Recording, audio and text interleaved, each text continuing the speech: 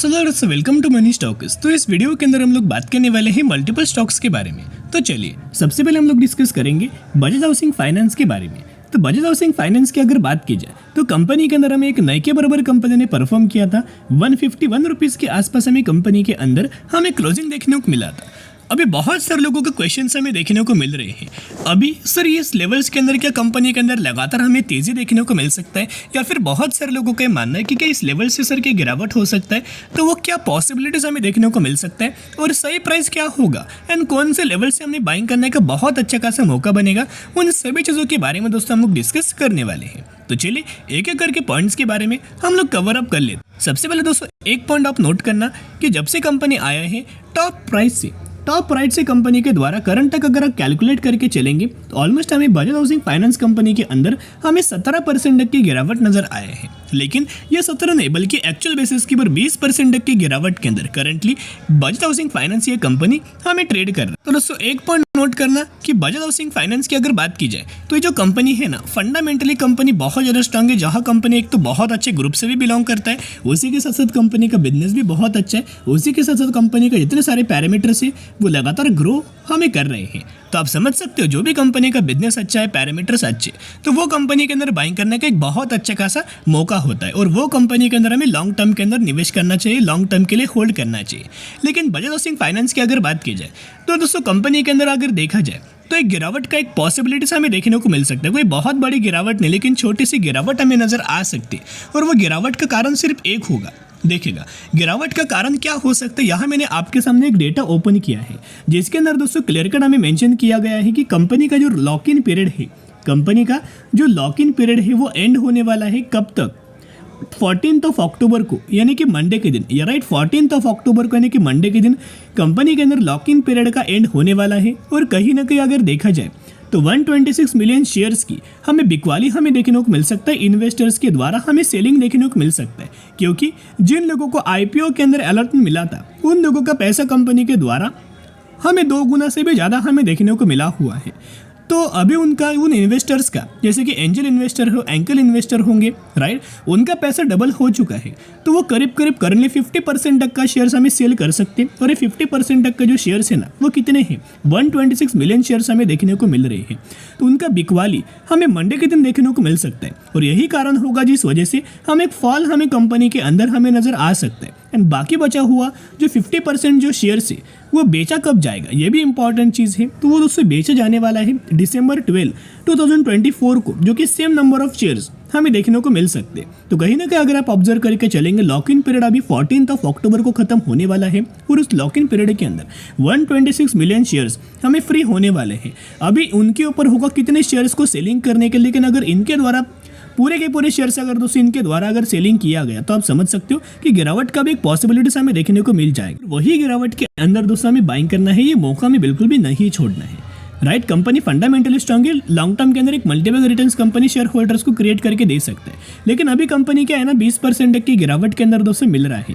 लेकिन अगर देखा जाए ऐसा बोला जाता है कि जो भी कंपनी स्टॉक मार्केट के अंदर आती है और वो कंपनी ने अगर इन्वेस्टर्स को या फिर आईपीओ के अंदर जिन लोगों को निवेश किया था, जिन लोगों को अलॉटमेंट मिला था, अगर उन लोगों का पैसा 100 गुना से भी यानी कि 100% से भी ज़्यादा ग्रो हुआ है या फिर उनका पैसा 2 गुना हो चुका है, उसके बाद कंपनी के अंदर थोड़ा बहुत एक तो क्या होता है, 2 पॉसिबिलिटीज होता है। एक तो कंपनी के अंदर लगातार गिरावट होता है, इसे आप प्रॉफिट बुकिंग बोल सकते हो, और एक तो कंपनी कंसोलिडेशन फेज के अंदर चला जाता है। लगातार कंपनी क्या करता है, कंसोलिडेट करता है। तो टाटा टेक्नोलॉजीज के अंदर आपको पता होगा कि जब से कंपनी आया था तब से लगातार कंपनी के अंदर एक प्रॉफिट बुकिंग हुआ था और वही गिरावट के अंदर हमने अच्छे लेवल्स के अंदर बाइंग किया था और अभी हम लोग पॉजिटिविटी के अंदर दोस्तों होल्ड कर रहे हैं। तो ऐसा सिनेरियो हमें बजाज हाउसिंग फाइनेंस के अंदर दोस्तों बन सकता है, ये पॉसिबिलिटीज है।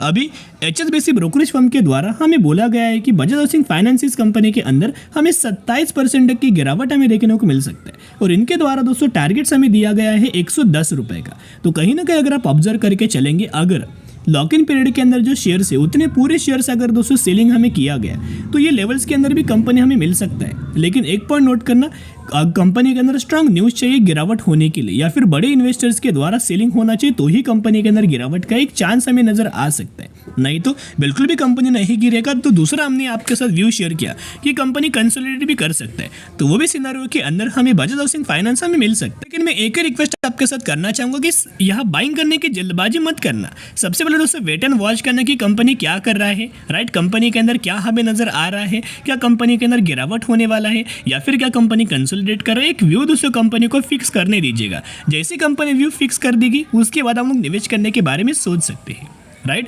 नहीं तो सेफर साइड से जो भी लोग निवेश करना चाहते हो धीरे धीरे करके कंपनी के अंदर बाइंग करना। जैसे कंपनी डिप्स के अंदर मिले, आपके पास अगर 100% अमाउंट होगा तो 100% अमाउंट में से 5% तक का अमाउंट आप इन्वेस्ट कर सकते हो बजाज हाउसिंग फाइनेंस के अंदर। लेकिन ये लॉन्ग टर्म के अंदर दोस्तों होना चाहिए, तो ही आपको इसका बेनिफिशियर देखने को मिलेगा। अभी कंपनी का ओवरऑल बिजनेस डिवीजन देखोगे तो सबसे ज़्यादा जो कंपनी अपना रेवेन्यू हमें जनरेट करता है ना, वो रेवेन्यू कंपनी जनरेट करता है होम लोन से। करीब 57% तक का रेवेन्यू कंपनी होम लोन से हमें जनरेट करता है। तो आप समझ सकते हो जो भी कंपनी NBFC कैटेगरी से बिलोंग करता है, फाइनेंस कैटेगरी से बिलोंग करता है ना, वो कंपनी को सबसे ज़्यादा जो प्रॉफिट्स मिलता है, सबसे ज़्यादा जो बेनिफिट्स मिलता है ना, वो होम लोन्स कैटेगरी के ही अंदर मिलता है। एंड सबसे ज़्यादा जो बड़ा बिजनेस है 50% से भी ज़्यादा हमें बजाज हाउसिंग फाइनेंस के अंदर हमें देखने को मिल रहा है, जो कंपनी 50% से भी ज़्यादा का होम लोन्स फैसिलिटीज़ हमें प्रोवाइड कर रहा है। तो आप समझ सकते हो बढ़िया तरीके से कंपनी को बेनिफिट्स मिलेगा। अभी दोस्तों आपको पता है हर एक कंपनी के Q2 के नंबर्स हमें नजर आ रहे हैं, वैसे ही बजाज हाउसिंग फाइनेंस इस कंपनी के भी Q2 के नंबर्स आने वाले हैं 21 अक्टूबर को। तो जरूर चैनल को सब्सक्राइब करके रख सकता है, ताकि जब भी मुझे कंपनी के Q2 के नंबर्स हमें देखने को मिलेंगे 100% हम लोग आपके साथ शेयर करेंगे। लेकिन ओवरऑल कंपनी के पैरामीटर्स कैसे, चलिए डिस्कस करते। तो रेवेन्यू मैंने आपके सामने ओपन किया है, जहाँ रेवेन्यूज के अंदर देखोगे तो लगातार कंसिस्टेंटली हमें कंपनी का रेवेन्यू हमें ग्रो हो रहे, उसी के साथ साथ कंपनी का प्रॉफिट्स भी अगर आप ऑब्जर्व करके चलेंगे तो प्रॉफिट्स के अंदर भी अच्छी खासी ग्रोथ हमें देखने को मिल रही है। तो आप समझ सकते हो जैसे जैसे कंपनी डिप्स के अंदर मिले वैसे वैसे अपने पोर्टफोलियो के अंदर ऐड करना, क्योंकि ये पता नहीं है कि कौन कहाँ तक कंपनी गिरेगा और या फिर कंपनी नहीं गिरेगा। जैसे कि इरिडा के अंदर दोस्तों सिचुएशन हमें देखने को मिलेगा। इरिडा के अंदर हमें क्या नजर आया हुआ था, बिल्कुल भी ज्यादा कंपनी के अंदर गिरावट हमें देखने को नहीं मिला था, और उसके बाद लगातार कंपनी के अंदर तेजी आया, इन्वेस्टर्स को या फिर रिटेलर्स को निवेश करने का मौका नहीं दिया। तो ऐसी भी सिचुएशन हमें बजाज हाउसिंग फाइनेंस के अंदर हमें देखने को मिल सकता है। अभी किसी को भी नहीं पता कि गिरावट होने वाले है या फिर यही से तेजी आने वाली है। तो सेफर साइड जैसे कंपनी गिरे वैसे अपने पोर्टफोलियोज के अंदर बजाज हाउसिंग फाइनेंस को ऐड करना।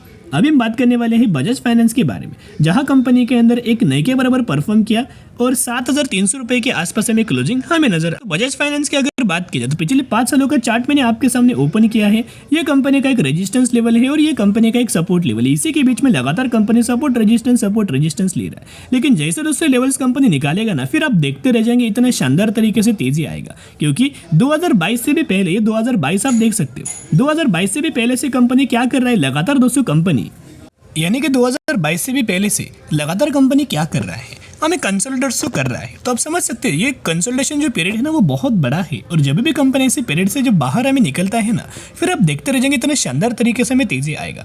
रिसेंटली अगर आप ऑब्जर्व करके चलेंगे, कंपनी के अंदर गिरावट हमें देखने को नहीं मिल रहा। आप देखिएगा रेजिस्टेंस लेवल के ही ऊपर कंपनी होल्ड करते हुए देखने को मिल रहा है। तो ये बहुत ज़्यादा चांसेस है कि यही लेवल से एक बहुत अच्छी खासी तेजी, बहुत अच्छी खासी रैली हमें देखने को मिल सकती।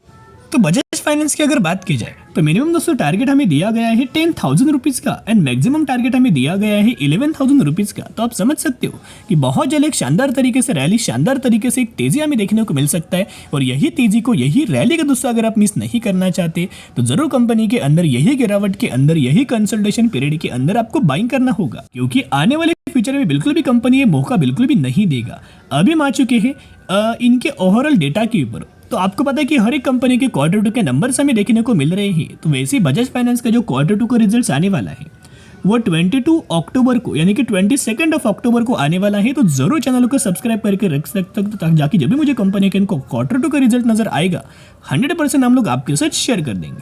अभी हम आ चुके हैं इनके म्यूचुअल फंड्स के डेटा के ऊपर, ताकि आपको समझ में आएगा कि पब्लिक बाइंग करे या ना करे, रिटेलर्स बाइंग करे या ना करे, लेकिन बड़े बड़े फंड हाउसेस के द्वारा लगातार बाइंग किया जा रहा है। जैसे कि डेटा अपडेट हो चुका है, सितंबर मंथ का डेटा अपडेट हुआ है, या एकदम फ्रेश अपडेट मैं आपके साथ शेयर कर रहा हूँ। आप देख सकते हो बजाज फाइनेंस का ही डेटा है, जिसके अंदर 76 म्यूचुअल फंड्स की बाइंग एंड 55 म्यूचुअल फंड्स की सेलिंग हमें देखने को मिला। जहाँ हर एक मंथ का अगर आप डेटा ऑब्जर्व करके चलेंगे तो आपको पता लगेगा सिर्फ 2 मंथ्स के अंदर म्यूचुअल फंड ने सेलिंग किया, बाकी जून, जुलाई एंड अगस्त लगातार म्यूचुअल फंड्स के द्वारा हमें बाइंग किया जा रहा है। तो आप समझ सकते बहुत जल्द हमें कंपनी के अंदर तेजी आने वाला है। अभी अगर आप एक पॉइंट ऑब्जर्व करके चलेंगे, अभी हम आ चुके इनके मूविंग एवरेज वाले टेक्निकल चार्ट के अंदर रिसेंटली कंपनी के दो लाइंस आपको दिखाई दे रहे हैं, एक येलो कलर का एक ब्लैक कलर का।